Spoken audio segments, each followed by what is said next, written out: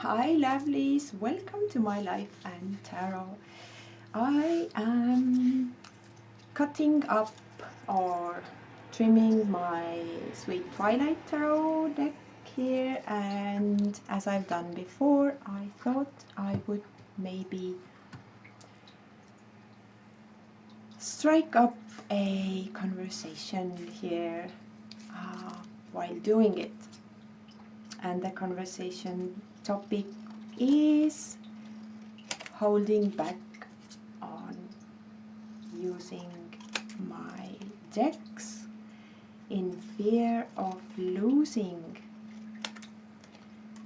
a card or the whole deck somehow. So first of all, I'm showing what I'm doing with the Sweet Twilight. I'm taking off all the borders, everything, because I'm having issue with those borders, so it will be without anything. I just have finished, and these are the corner roundings done already. I will probably show the deck when it's done in close-up, how it looks and so on. So, fear of losing, and I have thought about this because I have of course noticed that I'm holding back on using some of the decks I have that I love, but I have either wanted them for a long time and maybe invested my wanting for longer period of time, and so getting them is or seems like it's more precious, or are the decks harder to get for me? Because if you know me already, then you know that I prefer to get the decks I want via swapping, and so far it has worked for me well, and majority of my decks have been coming in or are here with me thanks to the swapping, and they are a swapping result, so to speak. And so are all the decks I'm having the major issues with. I can't even imagine when I have actually paid the huge amounts of monies for some of them, including the customs and whatever fees added to the price. So I'm not using them still.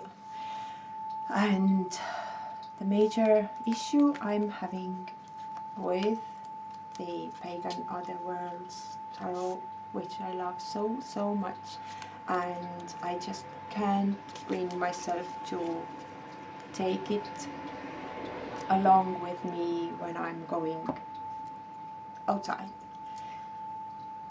I can read indoors, here, home, or do the online readings with it, because I don't have to actually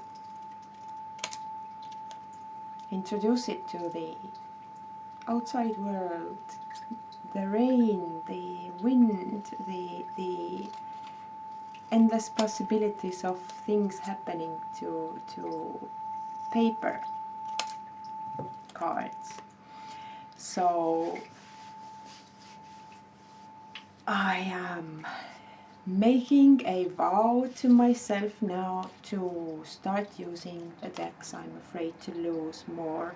I'm not afraid of them to look old or used or something like that. My only fear is losing the whole deck or some of the cards that I might have not maybe be able to replace, while most of my decks actually are cards probably replaceable, but not so easy. Luckily, I am not having a thing with the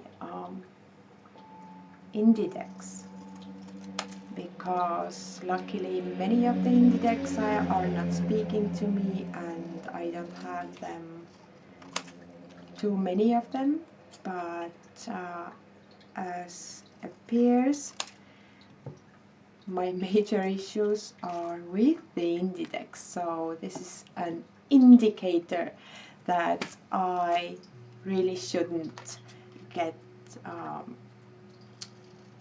many of my decks as indie decks. Luckily I'm not pulled to most of them either, but the ones I have, I love, and I can't freaking use them freely, let's say, because I really roam around a lot, and I do client readings during the summertime, all or majority of them outside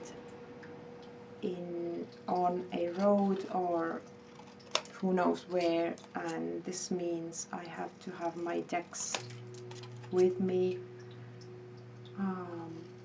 when I travel, and sometimes it's raining, sometimes it's windy, and sometimes things happen, so these decks are out of the question that I can bring with me outside, although all of them read so well and all of them are so pretty, and I love using them.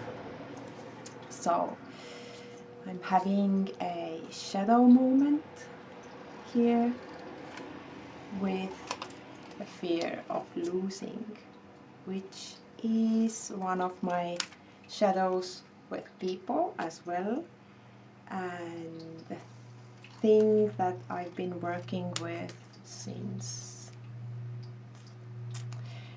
well, for a while now, and I've worked through a lot of this shadow or the fear of losing, where it came from, and how I've dealt with it and how I'm dealing with it now, how it's impacting my closed ones and all that. And I haven't noticed the fear of losing being the thing with items or possession or things. I had this with certain human relations only. So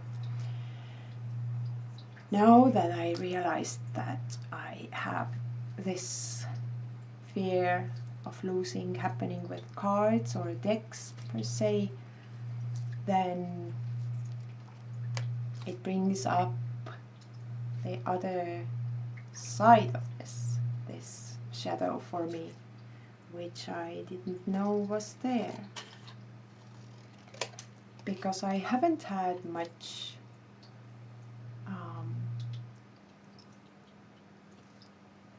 obsession or holding on to items or things before. Well, it looks like I have now, so to deal with it, to start healing and dealing with this issue or thing, I have to bring myself up from this state and start using the decks everywhere. Despite the fear, despite the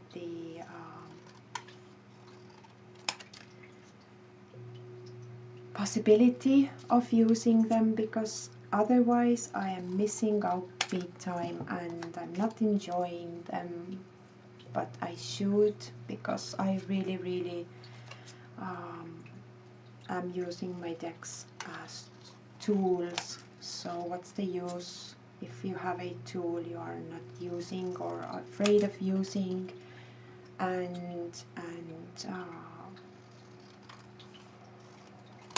I don't want to be the person that in the deathbed realizes that I had all those beautiful tools which I loved and I was afraid to use them. So outing the problem and talking about this and making a vow or the promise now to use the decks as they are designed to be used. I'm not a collector, I am user, I am admirer, and as many of the decks nowadays are more like pieces of art, but they are also a tool, so this is like mixed media, let's say, and if they work as a tool more than art. Let's say I have the Visconti historical decks. I very rarely use them in readings because these are like for me have this historical art value of origin of the art of tarot, and I'm using those more to show my students how the cards became to be as we know them today, and for studying purposes for myself as well, but not so much shuffling and reading going on with those. The cards are huge as well, so if I one day want to use those cards in readings, I will get the Lo Scarabeo small size ones, because the ones I have are obviously too large to even carry around or in a setting that I have with what I travel. And they are too big to make any spreads on the table I have. So this is more like art, but these all I have here, the Pagan Other Worlds, the Alchemical Tarot, the Carnival at the End of the World, I laid them all out in front of me so they could hear me say and I'm looking at them to get used to the feeling and new energy of me using them more in every type of readings. When I feel like reaching for them, I will actually reach for them, not hold myself off and pick another deck or something like that. So I am making some changes in this little life of mine. And speaking about the problem is, for me, first step towards the healing or getting it out there will be making the actual using of the knowledge or starting to get the shadows out there. I am so not making sense with what I'm just saying, and I can't even fix it because the whole sentence went all wrong. But long story short, I'm trying to, not trying, there's no try, there's do or don't, there's no try. So I am making myself, allowing myself to use those texts no matter what, and doing so mindfully and not leaving them just laying around in the puddle of water, of course, which I never have done, but still it happened, and that makes me even more cautious. I think that these things might still happen with our decks, but hey, I can't really keep holding off from using those, because like I said, all of them read so well and are so beautiful. I can't hold them off from my clients, from my self primarily, and from the world, let's say. So if they are here for me to use them. They didn't get here for just being pieces of art, and if I would want to use them as art, I would just hang them on my wall, right? No, I can admire them more if I use them, and that is it. I have decided. So this is it. I will keep clipping my cards. I've done half of the deck, I think, for now, and I'm already loving this so much more than with the borders. So thank you for watching. This is my ranty rant about my shadows, about my issues, and things like that. I will keep dealing with this offline now, or off camera, and you will be seeing me using more of these decks in my readings and outside settings from now on. This is a promise for you, for myself, and for the decks that are here in front of me. So thank you for watching, thank you for sitting through the ranty confession and listening what issues I have. Maybe you can relate, maybe some of you have the same type of things with some things or even decks.